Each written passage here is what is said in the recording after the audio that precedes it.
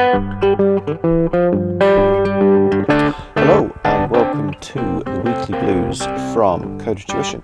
So this is the final instalment of the Beginner Shuffle, which is a 12-bar blues, entry-level 12-bar blues, specifically using blues fingerstyle. So great technique, great fun to play on 3 strings, and it's also following on from the Beginner Strut, which was also beginner level 12-bar. And you can potentially combine both of these into a nice substantial tune, which you can be impressing people with and potentially knocking on the door of chess records if you get your chops down. But as I was saying, we're just looking at more sort of bite-size portions just week to week, so it allows you to get your fingers around everything in order for the next instalment to drop. So this is the concluding part of the Beginner Shuffle, and let's get straight on with the lesson. So here's the tuning notes. We've got low G, we've got middle D, and we've got high G.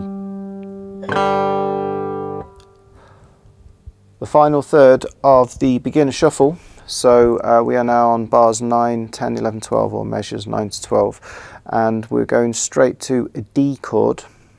Now on the original version, instead of going up to this bar, we'll cover this in a short while, we're actually going down and playing low with the thumb on the middle string, because that's now our bass note, that's our D. And I'm going to go for finger 1 on fret 2, and then a little bit later in the bar I want to go to fret 5 on the high G as well. So you can use your pinky or you can use your third, doesn't really matter to be honest.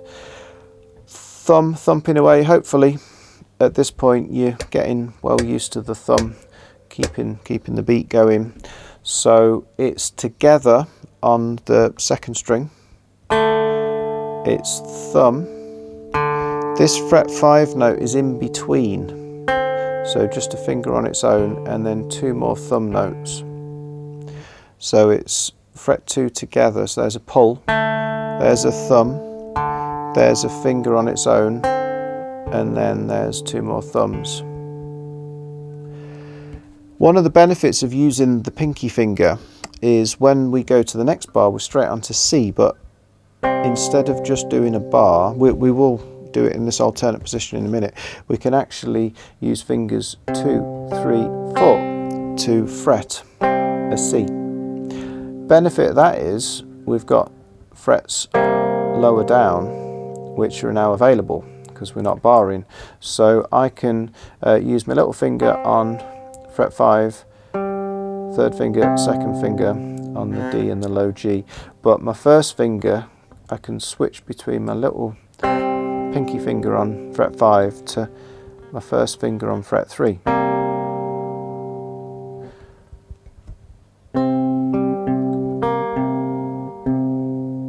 So again, that's the thumb thumping away, but I'm going together on string high G and low G.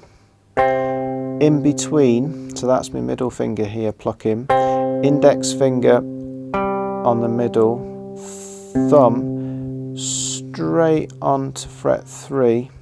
I'll pluck that with my middle finger and then 2 more thumb notes. So it's middle, thumb, pull, index, thumb, swap to fret 3, middle, which looks a bit like this. So first finger on fret 2, together, thumb. I'm going to use my little finger here, in between 3, 4. I'll do that one more time. Thumb, little finger, thumb, thumb, and then I'm holding that in place, adding these 2 on top, middle finger and thumb, index, thumb, middle, swap over to fret 3 there.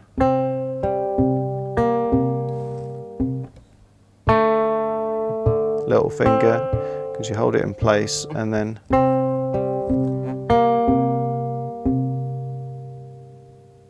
as with the other 2 chapters of this Beginner Shuffle, I was suggesting you can do a bit of palm muting on the bass, just to try and separate out the sound, so it sounds a bit more like a bass line, and then the riffs are a bit brighter.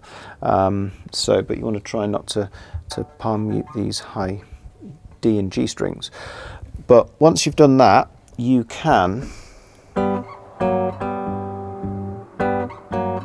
do quite a nice cheeky sound. So in the previous chapter we were on frets 5 and 4, which is the same, but we were using fingers 3 and 2, and we were holding this one in place and we were just alternating between these ones. So we were going minor, major, minor. So that's a major chord, that's a minor chord, that's a major chord. You can get a similar sound, but you can actually shift the whole thing down. So it's more like that's a G chord, that's like a G flat, you've squashed it down, keeping the G in the bass. So that's pretty bluesy as well, you know, or maybe kind of early jazz sort of jive sound. And same deal, you're either playing the thumb, still thumping away on the beat, and you're either playing with the thumb or you're playing in between. And if you're playing chords, as with the previous chapter was saying, it can be a brush when you try and get an even sort of volume sound out of all of them. So index, middle, thumb.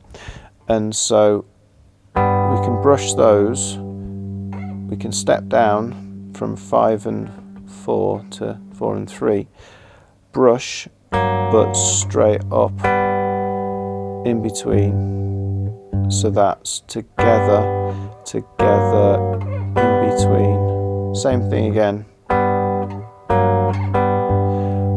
So we're not doing a turnaround here, we're just playing the G, we're just playing a little sort of classic early 30s sounding riff on the G to finish off.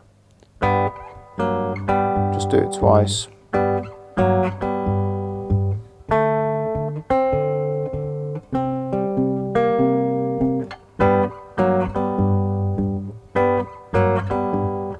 So once you practice that up, here are the last 4 bars. So 2, 3, 4, D, 1, 2, and 3, 4, C, 3, 4 chord, 1, 2, 3, 4, 1, 2, 3, 4, C.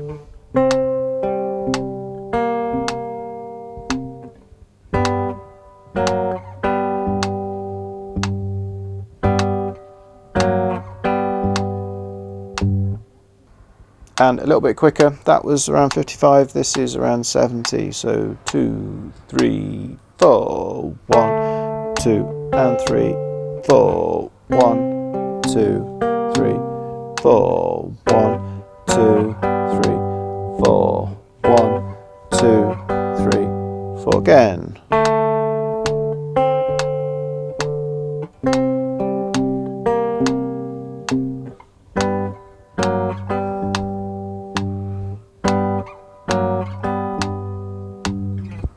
And as with the other chapters, you can reposition these notes. So instead of playing here, we can just go for the bar, fret 7 for the D, and just play the middle string, 7, 10, 1, 2, 3, 4. So your thumb's gone back onto the low G, your fingers play in the middle.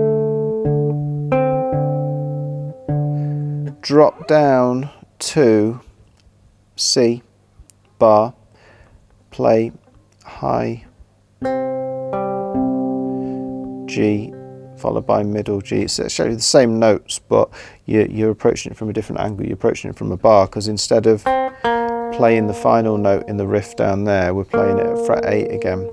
So I'm going to reach over with the pinky, so I'm going to go, just play that middle string again.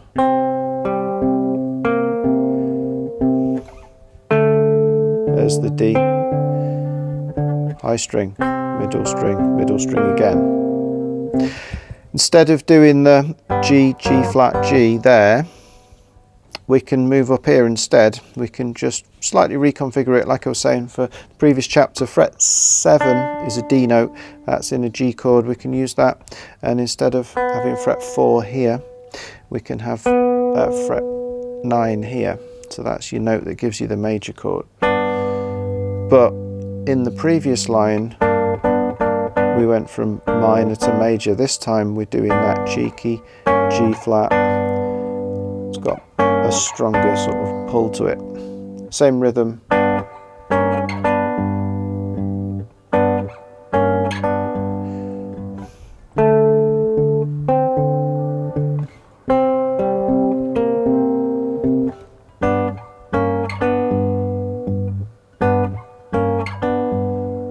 Switch between those two. And when you have got your chops down from this and the previous two lessons, the previous two chapters, then you are ready to do the entire beginner shuffle. So this is 70 again, so we'll come in after 4, 2, 3, 4.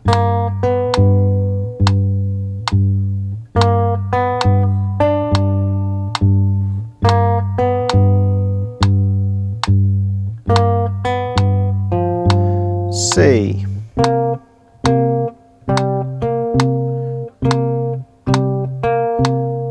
Fingers 2 and 3, minor. Let's go for D on the middle string. Then C. Then G to G flat.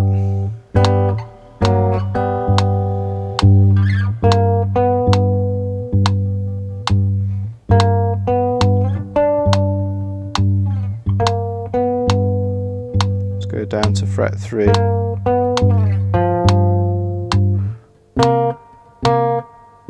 Alternate position for C.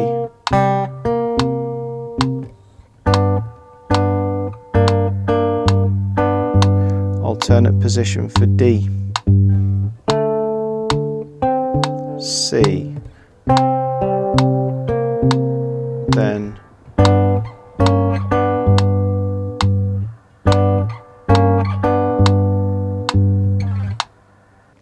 okay, that's it for this particular 12 bar. I hope it's gone well, and I hope it continues to go well when you piece everything together and potentially even join it to the previous beginner strut. So watch this space, and we'll be back very soon with some more weekly 3-string cigar box guitar.